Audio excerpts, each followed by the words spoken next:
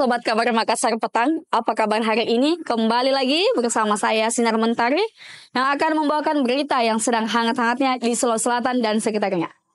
Kita saksikan berita selengkapnya.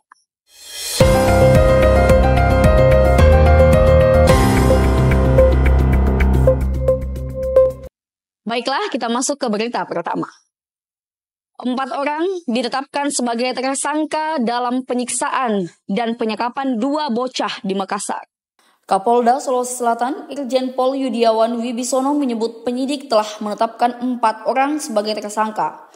Dugaan penganiayaan dan penyekapan 2 orang bocah inisial IS 8 tahun dan SF 9 tahun di dalam kamar mandi sebuah wisma di kota Makassar. Meski demikian, Yudiawan mengaku belum mengetahui motif dari kasus tersebut. Lantaran kasus penyiksaan dan penyekapan kakak beradik itu baru diambil alih oleh penyidik Polda Sulawesi Selatan yang sebelumnya ditangani di Polres Pelabuhan Makassar. Yudiawan menerangkan bahwa dalam kasus ini kedua kakak korban juga ditetapkan sebagai tersangka lantaran memiliki peran sebagai air panas kepada korban yang merupakan saudaranya sendiri. Sedangkan terkait kondisi kedua korban saat ini, kata Yudiawan sudah mulai membaik setelah mendapatkan penanganan dari tim dokter ahli gizi setelah mengalami kekurangan gizi akibat disekap tanpa diberi makan oleh kedua orang tuanya. Diketahui sebelumnya, Kasetreskrim Polres Pelabuhan AKP Andri Kurniawan mengatakan telah memeriksa sejumlah saksi kasus penyekapan dan penganiayaan tersebut pada Jumat 7 Februari kemarin. Masih dalam perawatan dari dokter Rumah Sakit Bayangkara Makassar. Ya, setelah mengalami penyekapan, terus kemudian penyiraman air panas oleh kedua orang tuanya. Ya, sekarang orang tuanya sedang kita periksa di Polda ya, termasuk kedua kakak kandung yang dua-duanya juga masih di bawah umur. Semuanya kita periksa melalui proses pemeriksaan yang sesuai dengan ketentuan ya, tetap didampingi oleh pelindungan anak juga. Sejauh ini sudah berapa tersangka gitu? Ya, infonya sudah tersangka semua. 4 ya. 4 tersangka. Ya, orang tuanya yaitu bapak kandung, ibu tiri dan kedua kakak.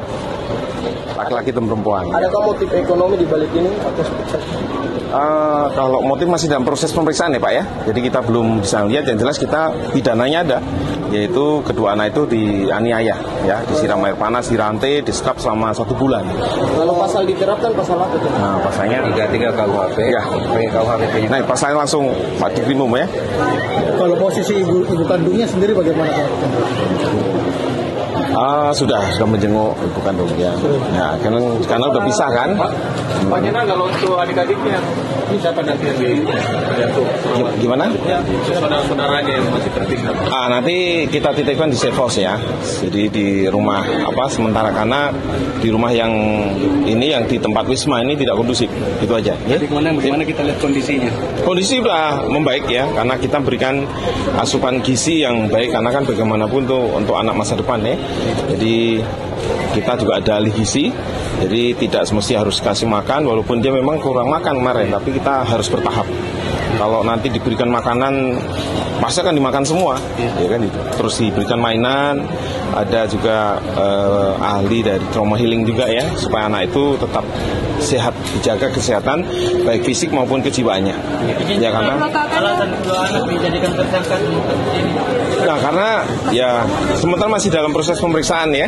Jadi kita masih ya, karena keduanya diduga ikut menyiram maupun ikut memukul.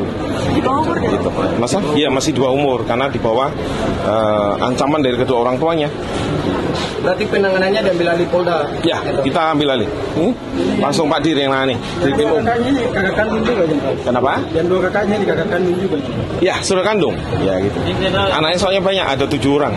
Untuk kedua tersangka di bawah umur itu atas perintah orang. Kurangi resiko kecelakaan, Kapolres Jeneponto beserta jajarannya menambal jalan berlubang. Kapolres Jeneponto AKBP Widi Setiawan bersama jajaran menambal lubang jalan di seputaran jalur yang kerap dilalui pengendara.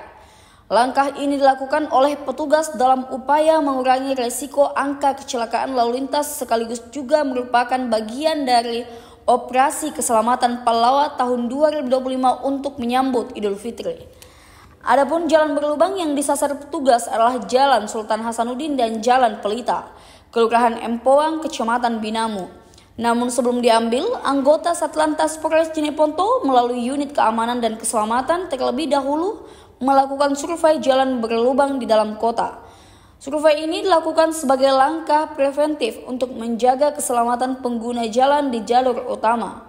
Hal ini dilakukan lantaran angka kecelakaan di wilayah hukum Polres Jeneponto terbilang cukup tinggi. Sebab salah satu faktor adalah kondisi jalan raya Jeneponto sempit, bergelombang dan minim penerangan pada malam hari. Dengan demikian, penambalan jalan berlubang diharapkan dapat mengurangi resiko kecelakaan yang disebabkan oleh infrastruktur jalan rusak. Salah satu warga yang sering melintas di Jalan Sultan Hasanuddin mengungkapkan dalam 2 hari terakhir ada 2 pengendara sepeda motor yang terjatuh akibat jalan berlubang di lokasi tersebut. Sementara itu, Kapolres Jeneponto AKBP Widi Setiawan menghimbau bagi pengguna jalan di area ini tetap berhati-hati saat terlintas. Melalui kegiatan ini, Kapolres kembali mengimbau masyarakat agar lebih berhati-hati saat berkendara, terutama di jalur-jalur yang masih dalam perbaikan. Perakiraan cuaca hari ini di Sulawesi Selatan diperkirakan Makassar dan Maros berpotensi untuk hujan. Kita saksikan berita ini setelah jeda iklan berikut.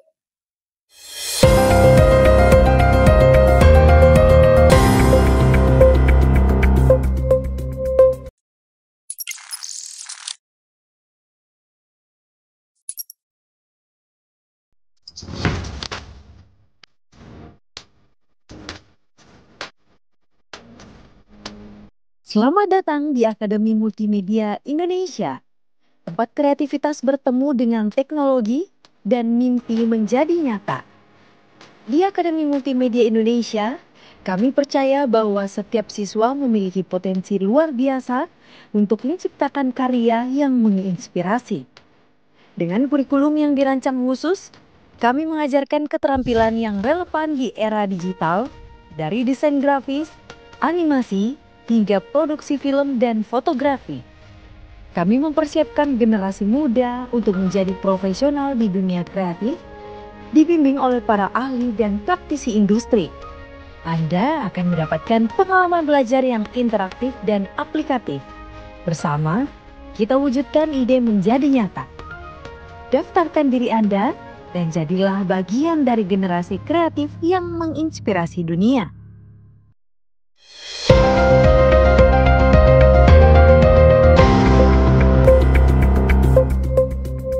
BMKG Wilayah 4 Makassar merilis perakiraan cuaca untuk sejumlah wilayah di Sulawesi Selatan Selasa 11 Februari.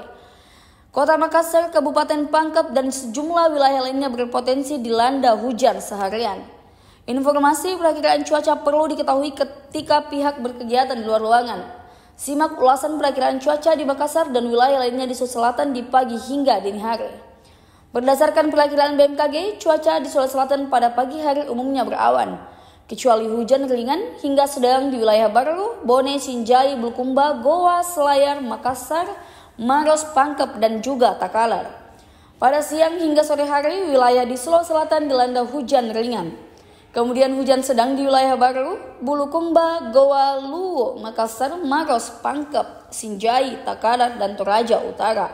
Sementara pada malam hari, cuaca di Sulawesi Selatan diprediksi berawan. Namun hujan ringan diprediksi terjadi di wilayah Baru, Bone, Goa, Jeneponto, Selayar, Luwu Timur, Makassar, Maros, Palopo, Pangkep, Pindrang, dan juga Takalar. Pada dini hari, cuaca di Sulawesi Selatan umumnya masih berawan, kecuali hujan ringan di wilayah Baru, Goa, Selayar, Luwu Timur, Makassar, Maros, Pangkep, dan Takalar. Berikut rincian perakiraan cuaca BMKG Makassar hari ini di Sulawesi Selatan. Perakiraan cuaca di Sulawesi Selatan pagi hari akan berawan. Perakiraan cuaca di Sulawesi Selatan siang dan sore hujan ringan. Perakiraan cuaca di Sulawesi Selatan pada malam hari berawan. Dan perakiraan cuaca di Sulawesi Selatan dini hari berawan hingga hujan ringan di bagian Baru, Goa, Selayar, Luwu Timur, Makassar, Maros, Pangkep, dan juga Takalar. Kemacetan sepanjang Jalan Urip Sumoharjo, tepatnya di depan kantor Gubernur Provinsi Sulawesi Selatan. Baiklah Sobat Kabar Makassar Petang, berita ini sekaligus mengakhiri perjumpaan kita pada edisi hari ini. Saksikan terus Kabar Makassar Petang setiap hari Senin sampai dengan hari Jumat. Saya Sinar Mentari dan kru yang sedang bertugas pamit undur diri.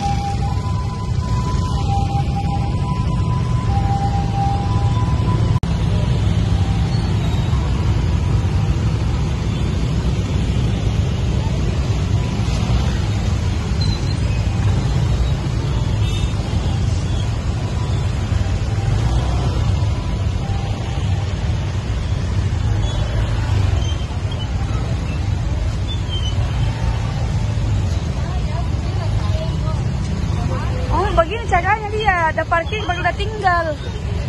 Ajib, ajib, ajib.